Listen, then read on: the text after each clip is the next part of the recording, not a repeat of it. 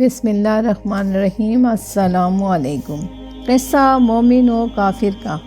یہ واقعہ دو انسانوں کے درمیان مناظرانہ گفتگو کی شکل میں ذکر ہوا ہے اور ساتھ ہی اس کا نتیجہ بھی مرکوز ہے، یعنی ایک کا طریقہ زندگی مال کے اعتبار سے کامیاب رہا اور دوسرے کو ندامت و حسرت کا منہ دیکھنا پڑا۔ ارشاد ہوا، اور اے پیغمبر، لوگوں کو ایک مثال سنا دو۔ دو آدمی تھے، ان میں سے ایک کے لیے ہم نے انگور کے 2 باغ مہیا کر دیے۔ گردا گرد کھجور کے درختوں کا احاطہ تھا، بیچ کی زمین میں کھیتی تھی۔ ایسا ہوا کہ دونوں باغ پھلوں سے لد گئے اور پیداوار میں کسی طرح کی بھی کمی نہ ہوئی۔ ہم نے ان کے درمیان آبپاشی کے لیے ایک ندی جاری کر دی تھی۔ نتیجہ یہ نکلا کہ وہ آدمی دولت مند ہو گیا۔ تب ایک دن گھمنڈ میں آ کر اپنے دوست سے جیسے خوشحالیاں میسر نہ تھیں، باتیں کرتے کرتے بول اٹھا، دیکھو میں تم سے زیادہ مالدار ہوں اور میرا جتھا بھی بڑا طاقتور جتھا ہے۔ پھر وہ یہ باتیں کرتے ہوئے اپنے باغ میں گیا اور وہ اپنے ہاتھوں اپنا نقصان کر رہا تھا۔ اس نے کہا، میں نہیں سمجھتا کہ ایسا شاداب باغ کبھی ویران ہو سکتا ہے۔ مجھے توقع نہیں کہ قیامت کی گھڑی برپا ہوگی، اور اگر ایسا ہوا بھی اور میں اپنے پروردگار کی طرف لوٹایا گیا تو میرے لیے کیا کھٹکا ہے، مجھے ضرور وہاں بھی اس سے بہتر ٹھکانہ ملے گا۔ یہ سن کر اس کے دوست نے کہا، اور باہم گفتگو کا سلسلہ جاری تھا، کیا تم اس ہستی کا انکار کرتے ہو جس نے تمہیں پہلے مٹی سے اور پھر نطفے سے پیدا کیا، پھر آدمی بنا کر نمودار کر دیا؟ لیکن میں تو یقین رکھتا ہوں کہ وہی اللہ میرا پروردگار ہے، اور میں اپنے پروردگار کے ساتھ کسی کو شریک نہیں کرتا۔ اور پھر جب تم اپنے باغ میں آئے اور اس کی شادابیاں دیکھیں تو کیوں تم نے یہ نہ کہا کہ وہی ہوتا ہے جو اللہ چاہتا ہے، اس کی مدد کے بغیر کوئی کچھ نہیں کر سکتا؟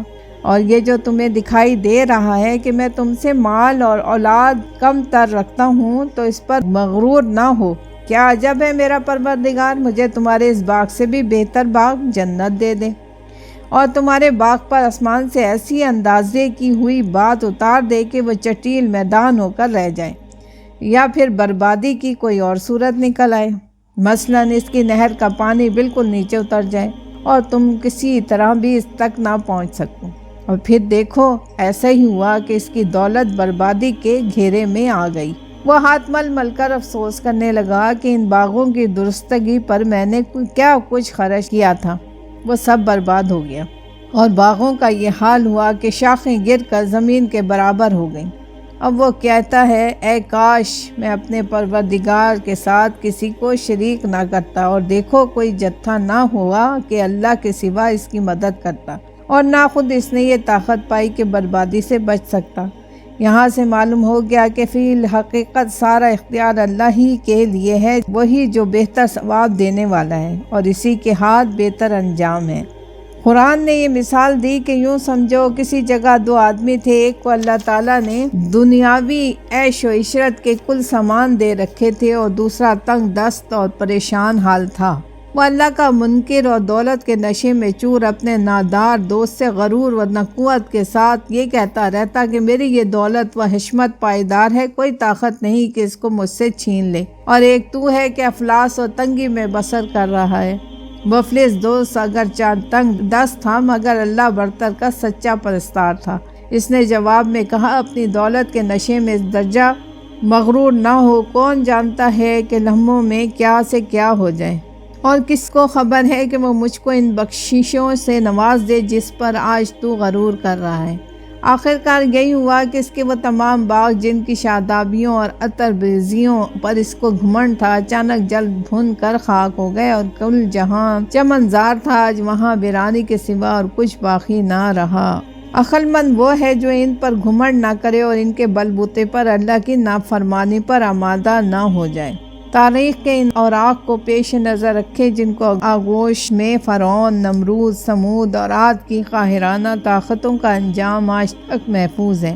زمین کی سیر کرو اور پھر دیکھو کہ نافرمانوں کا انجام کیا ہوا۔ حقیقی عزت اللہ اور عمل صالح سے بنتی ہے۔ دولت و ثروت حشمت دینوی سے حاصل نہیں ہوتی۔ قریش مکہ کو ثروت و ستوت دونوں حاصل تھیں، مگر بدر کے میدان میں ان کا انجام بد اور دین و دنیا کی رسوائی کو کوئی روک نہ سکا۔ مسلمان دنیا کے ہر قسم کے سامان عیش سے محروم تھے، مگر اللہ تعالیٰ اور عمل صالح نے جب ان کو دینی و دنیاوی عزت و حشمت عطا کی تو اس میں کوئی حائل نہ ہو سکا۔ حقیقی عزت اللہ اور اللہ کے رسول صلی اللہ علیہ وآلہ وسلم اور مسلمانوں کے لیے ہی ہے، مگر منافقین اس حقیقت سے ناآشنا ہیں۔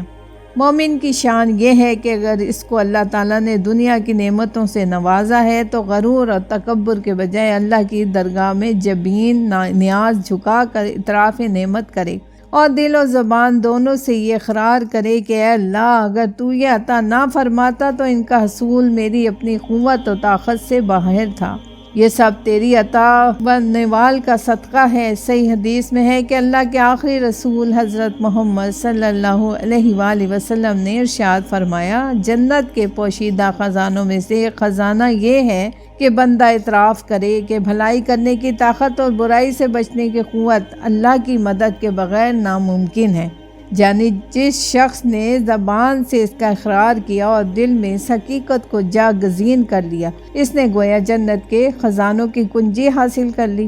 اس کے برعکس کافر کی حالت یہ ہے کہ اس کو جب دولت و ثروت و جاہ و جلال میسر آ جاتے ہیں تو وہ خود ہی میں آ کر مغرور ہو جاتا ہے، اور جب کوئی اللہ کا نیک بندہ اس کو سمجھاتا ہے کہ یہ سب اللہ کا فضل ہے، اس کا شکر ادا کرو، تو وہ اکڑ کر کہتا ہے یہ اللہ کا دیا ہوا نہیں ہے بلکہ میری اپنی دانائی اور علم کا نتیجہ ہے۔ پس مومن اور کافر کے لیے اللہ کی جانب سے بھی الگ الگ جواب ملتا ہے۔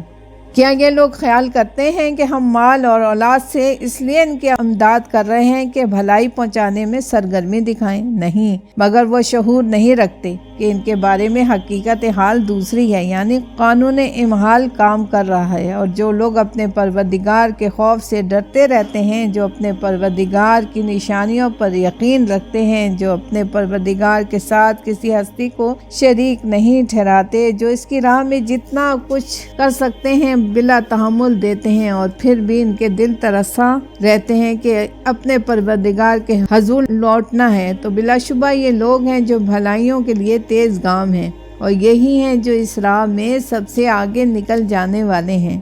جو انجام سے قبل حقیقت انجام کو سوچ لے اور انجام کار سعادت ابدی و سرمدی پائے، اور شقی و بدبخت وہ ہے جو انجام پر غور کیے بغیر اول غرور و نقوت کا اظہار کرے، اور اس انجام بد کو دیکھنے کے بعد ندامت و حسرت کا اظہار کرے، اور یہ ندامت و حسرت اس وقت کچھ کام نہ آئے گی۔ اور یہی روز فرعون کو دیکھنا پڑا کہ وقت گزرنے پر اس نے وہی کیا۔ اگر عذاب کے مشاہدے سے پہلے حضرت موسیٰ علیہ السلام کی نصیحت مان لیتا تو اس دردناک عذاب کی نظر نہ ہوتا۔ اللہ پاک ہر مسلمان کو سچا اور پکا مومن بننے کی توفیق عطا فرمائے، آمین، اور اس کام سے بچائے جو اللہ کی نافرمانی کا باعث ہو، آمین۔ جزاک اللہ۔